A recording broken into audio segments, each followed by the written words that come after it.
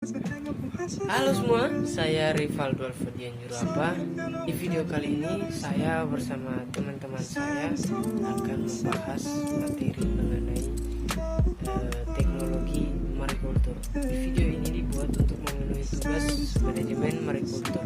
Namun sebelum masuk ke pembahasannya, perkenalkan dulu teman-teman saya yang kece.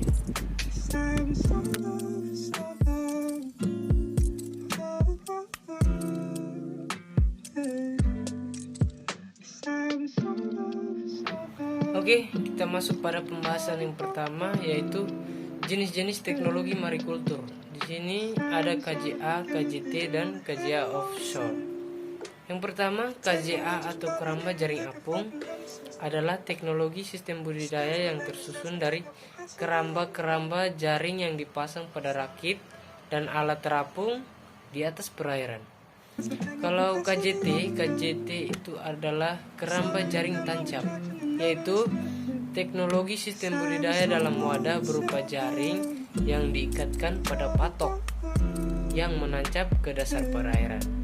Kemudian ada KJA offshore, adalah sistem teknologi budidaya ikan dalam wadah dengan sentuhan teknologi modern yang berskala besar yang dilakukan di lepas pantai atau di laut terbuka minimal 3 km dari garis pantai.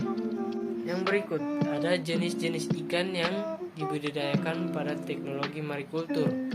Ada ikan kakap merah, ikan kakap putih, ikan kerapu, ikan bawal, ikan bandeng, teripang, lobster, kerang mutiara, rumput laut, dan masih banyak lagi ikan-ikan seperti ikan salmon yang dapat dibudidayakan pada teknologi marikultur. Yang berikut sistem kerja teknologi marikultur. Sistem kerja teknologi marikultur dibagi menjadi 3 bagian. Yang pertama KJA atau keramba jaring apung. Sistem kerja dari KJA, kerangkanya terbuat dari bambu atau kayu, pipa paralon atau besi berbentuk persegi yang diberi jaring dan diberi pelampung seperti drum plastik atau styrofoam agar wadah tersebut terapung di dalam air. Kerangka dan pelampung berfungsi untuk menahan jaring agar tetap terbuka di permukaan air. Sedangkan jaring yang tertutup di bagian bawahnya digunakan untuk memelihara ikan selama beberapa bulan. Yang kedua KJT atau keramba jaring tancap. Sistem kerja dari KJT komponennya hampir sama dengan KJA kecuali patok. Patok berfungsi sebagai penyangga jaring sehingga dapat berbentuk segi empat yang terbuat dari bambu, kayu atau beton. Dari cara penempatannya, keramba ditancap ke dasar perairan rapat seperti pagar yang hanya dipasang di sudut kantong jaring. Yang ketiga KJA offshore. Sistem kerja dari KJA offshore, komponen dan sistem kerjanya hampir sama dengan KJA konvensional. Tetapi KJA offshore lebih berskala besar dan pelepasannya di laut terbuka yang minimal 3 km dari garis pantai dengan memperhatikan kedalaman dan lokasi yang sesuai. Selain itu, KJA offshore dapat membudidayakan ikan dengan kepadatan tinggi. Kelebihan dan kekurangan dari KJA, KJT, dan KJA offshore. Yang pertama ada KJA, keramba jaring apung. Kelebihan dari KJA antara lain mempermudah penyutiran, mempermudah proses panen, menjaga benih dari predator, dan dapat mengurangi tingkat penyebaran penyakit. Kekurangan dari KJA antara lain membutuhkan modal tambahan untuk biaya produksi, harus selalu melakukan pengecekan jaring. Yang kedua ada KJT atau keramba jaring tancap. Kelebihan dari KJT antara lain desain lebih mudah dan efisien dalam pembuatannya. Biaya pembuatan keramba tidak terlalu besar karena tidak membutuhkan penggerak atau pengapung. Pengoperasiannya mudah, produktivitas lebih tinggi serta tidak memerlukan ke dalam air seperti KJA.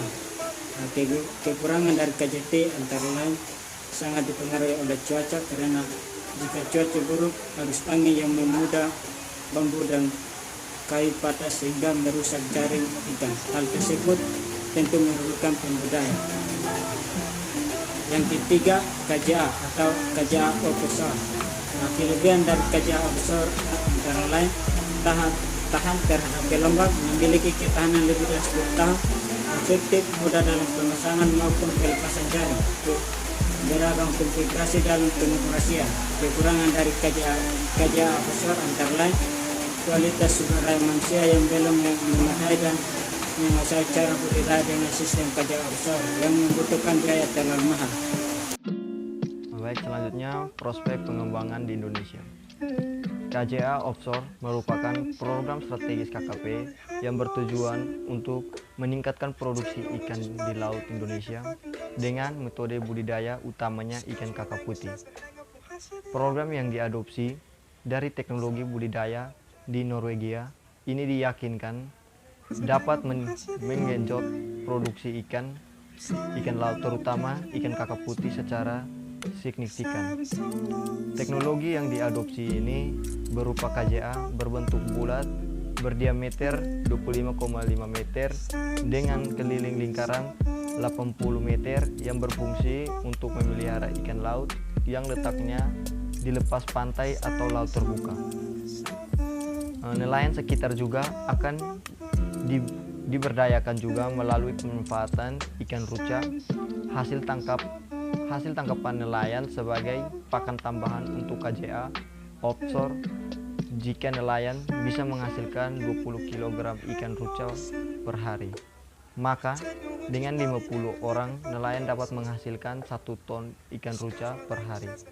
Adapun proses pendederan dari hulu ke hilir serta proses pengamanan budidaya KJA offshore akan melibatkan masyarakat yang tergabung dalam koperasi unit desa atau KUD. KUD juga akan dilibatkan dalam pengelolaan hasil panen.